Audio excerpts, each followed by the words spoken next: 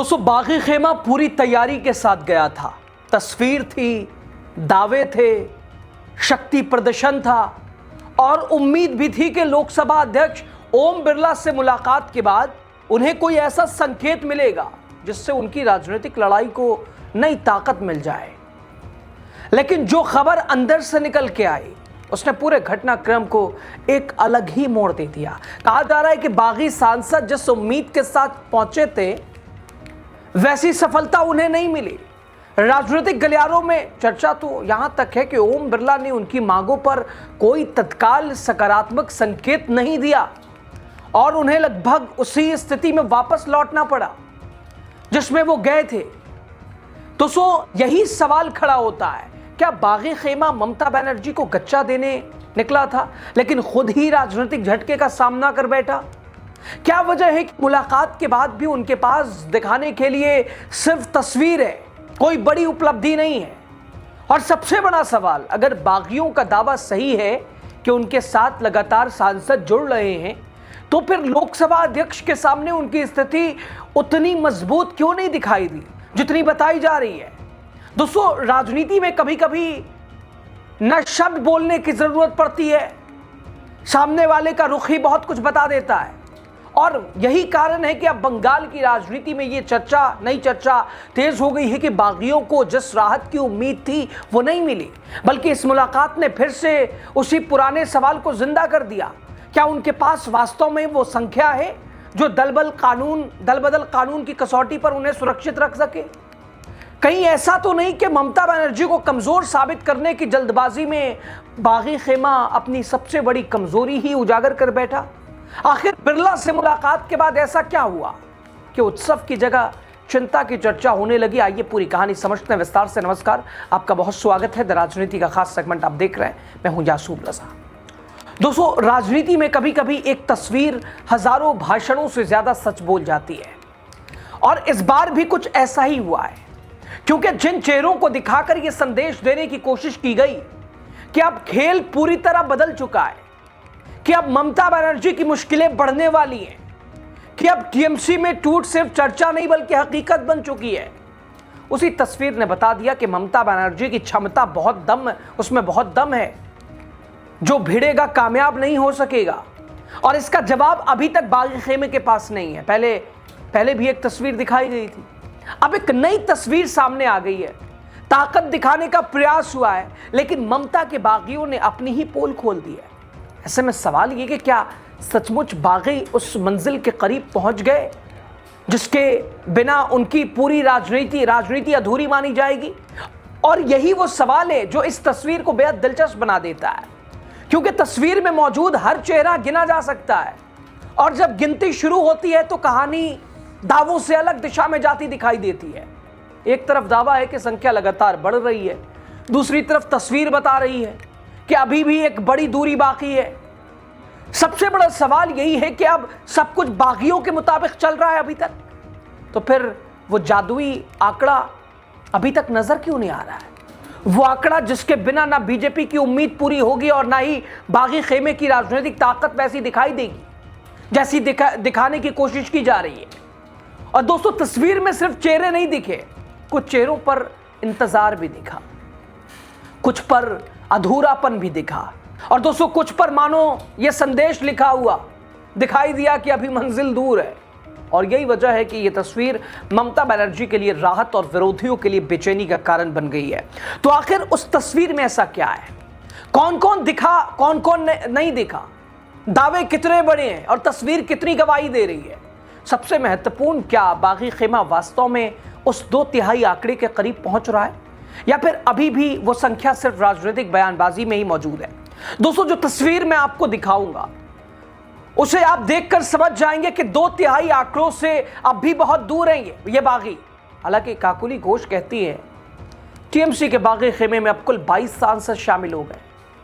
उनके हिसाब से अभी 20 बागी हैं, उनके साथ जल्दी 2 और सांसद इस गुट का हिस्सा बनने वाले हैं, जिससे लोकसभा में यह संख्या और मजबूत हो जाएगी। बाकी टीएमसी सांसद काकुली घोष, सुदीप बंदोपाध्याय, शताब्दी राय, अन्य सांसद लोकसभा अध्यक्ष ओम बिरला के आवास पर उनसे मिलने पहुंचे। अब दोस्तों मैं तस्वीर आपको दिखाता हूं। दोस्तों जरा इस तस्वीर को ध्यान से देखिए। दोस्तों कहा जा रहा है कि टीएमसी में बड़ी टूट हो गई है, लेकिन तस्वीर कुछ और ही कहानी बता रही है। आइए गिनती करके देखते हैं। सबसे आगे सुदीप बंदोपाध्याय है, उनके साथ काकोली घोष है। एक तरफ 8 सांसद दिख रहे हैं और दूसरी तरफ सायोनी घोष समेत 9 सांसद, यानी कुल मिलाकर 17 सांसद। अब सवाल ये कि अगर काकोली घोष का दावा सही है कि उनके साथ 20 सांसद हैं और जल्दी संख्या 22 हो जाएगी, तो फिर कैमरे के सामने सिर्फ 17 ही लोग क्यों दिखाई दिए? बाकी कहां हैं? क्या वो अभी भी खुलकर सामने आने को तैयार नहीं है? यही वो सवाल है जो पूरी कहानी को दिलचस्प बना देता है, क्योंकि 2/3 संख्या का जो गणित है उसके लिए जितने सांसद चाहिए थे उतने अभी दिखाई नहीं दे रहे हैं। और दोस्तों सबसे दिलचस्प बात कि कुछ चेहरों को गौर से देखिए। कई सांसद ऐसा लग रहा है कि वो पूरी तरह सहज नहीं है। सायोनी घोष हो या फिर यूसुफ पठान, उनके चेहरे पर वैसी खुशी या उत्साह नहीं दिख रहा है जैसे किसी नई राजनीतिक मंजिल पर पहुंचने वाले नेता के चेहरे पर दिखाई देता है वो जोश, वो कॉन्फिडेंस। और यही वजह है कि टीएमसी के अंदर अब भी उम्मीद जिंदा है। पार्टी के लोग मान रहे हैं कि कहानी अभी खत्म नहीं हुई है, क्योंकि राजनीति में कई बार लोग मजबूरी में एक कदम उठा लेते हैं, लेकिन दिल कहीं और होता है। इसलिए आने वाले दिनों में सबसे ज्यादा नजर उन चेहरों पर रहने वाली है जो आज इस तस्वीर में सबसे ज्यादा असहज दिखाई दे रहे हैं। दोस्तों अब सवाल उठता है कि आखिर इतनी बड़ी संख्या में सांसद एक साथ पार्टी छोड़ने के लिए तैयार कैसे हो गए? टीएमसी के अंदर और बाहर एक चर्चा बहुत तेजी से चल रही है। कहा जा रहा है कि इस पूरी कहानी में सिर्फ राजनीति नहीं बल्कि जांच एजेंसियों का डर भी बड़ा फैक्टर है। सबसे ज्यादा चर्चा सायोनी घोष को लेकर है, क्योंकि सायोनी वही नेता है जिन्होंने कई मौकों पर मोदी सरकार और बीजेपी के खिलाफ बेहद आक्रामक रुख अपनाया। याद कीजिए, ममता का चमता, मोदी जी पूरा बंगाल, पूरा देश देखेगा। वो याद है सायोनी घोष का अंदाज चुनाव के दौरान, वो एक तरह से चड्ढा थोड़ी ना हो। ऐसे में अचानक सायोनी घोष का इस खेमे में दिखाई देना लोगों के लिए हैरानी की बात है। लोग एक्सेप्ट नहीं कर पा रहे कि सायोनी जैसी नेता भी ममता बनर्जी के साथ भीतरघात कर सकती है। और यहीं पर एक नाम सामने आता है, कुंतल घोष, शिक्षा भर्ती घोटाले में जिन पर करोड़ों रुपए के लिए लेन देन के आरोप लगे, जिन्हें ईडी ने गिरफ्तार भी किया था। उस समय कुंतल और सायोनी दोनों टीएमसी युवा संगठन में अहम भूमिका निभा रहे थे और उनकी नजदीकियों की चर्चा भी होती थी। राजनीतिक गलियारों में अब दावा किया जा रहा है कि पूछताछ के दौरान कुंतल ने कई नामों का जिक्र किया था, उसमें सायोनी घोष का भी नाम बताया जाता है। हालांकि किसी अदालत ने इस पर कोई निष्कर्ष नहीं दिया और न ही सायोनी के खिलाफ उस मामले में कोई दोष साबित हुआ। लेकिन राजनीतिक चर्चाओं में पुरानी फाइलें, पुराने मामलों का जिक्र फिर से होने लगा है और यही वजह है कि टीएमसी समर्थक इस टूट को सिर्फ राजनीतिक फैसला नहीं बल्कि दबाव और डर की राजनीति से जोड़कर देख रहे हैं। उनका मानना है कि जब किसी नेता के सामने जांच एजेंसियों की कार्रवाई का खतरा हो और दूसरी तरफ राजनीतिक भविष्य सुरक्षित करने का विकल्प रखा जाए, तो कई लोग कठिन फैसले लेने के लिए मजबूर हो जाते हैं। सच क्या है यह आने वाला समय बताएगा, लेकिन फिलहाल बंगाल की राजनीति में यही सबसे बड़ी बहस बनी हुई है। अगर आप और प्रदेशों का रुख कीजिएगा, बात सही, आम आदमी पार्टी उदाहरण ले लीजिए, किसके ऊपर कितने दिन पहले जांच, ईडी की जांच पड़ी और किस तरह से वो बीजेपी में आ गए। और भी बहुत सारे उदाहरण हैं दोस्तों। और बंगाल में भी वही टीएमसी समर्थक बता रहे हैं। दोस्तों अब जरा इस तस्वीर का एक और पहलू आप देखिए। तस्वीर में सबसे ऊंचे कद के नेता शायद यूसुफ पठान दिखाई दे रहे हैं, लेकिन बंगाल की राजनीति में इस वक्त चर्चा उनके राजनीतिक कद को लेकर हो रही है। लेकिन दोस्तों बंगाल की राजनीति में इस वक्त चर्चा उनके राजनीतिक कद को लेकर हो रही है। सूत्रों और राजनीतिक चर्चाओं के मुताबिक जब बागी सांसदों की बैठकों का दौर चल रहा था, तब उनके बीच भी कई मुद्दों पर एक राय नहीं थी। कुछ सांसद चाहते थे कि वो पूरी तरह नई राजनीतिक पहचान के साथ आगे बढ़े, जबकि कुछ लोग टीएमसी की विरासत और पहचान का दावा बनाए रखना चाहते थे। आखिरकार जो रास्ता निकाला गया उसने भी कई सवाल खड़े कर दिए। सबसे बड़ा सवाल कि अगर ये सांसद बीजेपी के इतने करीब आ गए थे तो फिर सीधे बीजेपी में शामिल क्यों नहीं हुए? आखिर दूसरी पार्टियों के नेता तो सीधे बीजेपी में जाते रहे। यहीं से नई चर्चा शुरू हो जाती है। राजनीतिक विश्लेषक मानते हैं कि बीजेपी अपनी मौजूदा राजनीतिक संदेश और रणनीति को लेकर बेहद सावधान रहती है, सचेत रहती है। इसलिए उसने ऐसा रास्ता चुना जिसमें सहयोग बना रहे, लेकिन औपचारिक सदस्यता का सवाल पीछे रहे। इन सारी चर्चाओं के बीच सबसे ज्यादा नजर सायोनी घोष और यूसुफ पठान जैसे चेहरों पर टिक गई है, क्योंकि तस्वीर में उनके चेहरे किसी बड़ी राजनीतिक जीत का जश्न मनाते नहीं दिख रहे, बल्कि ऐसा लगता है कि जैसे वो खुद भी किसी बड़े फैसले के बाद एक नए और अनिश्चित दौर में खड़े हैं। और राजनीति में अक्सर चेहरे बहुत कुछ कह जाते हैं, बयान बाद में आते हैं, लेकिन चेहरे पहले कहानी सुना देते हैं। तो दोस्तों, इस पूरे घटनाक्रम का राजनीतिक संदेश बेहद महत्वपूर्ण है।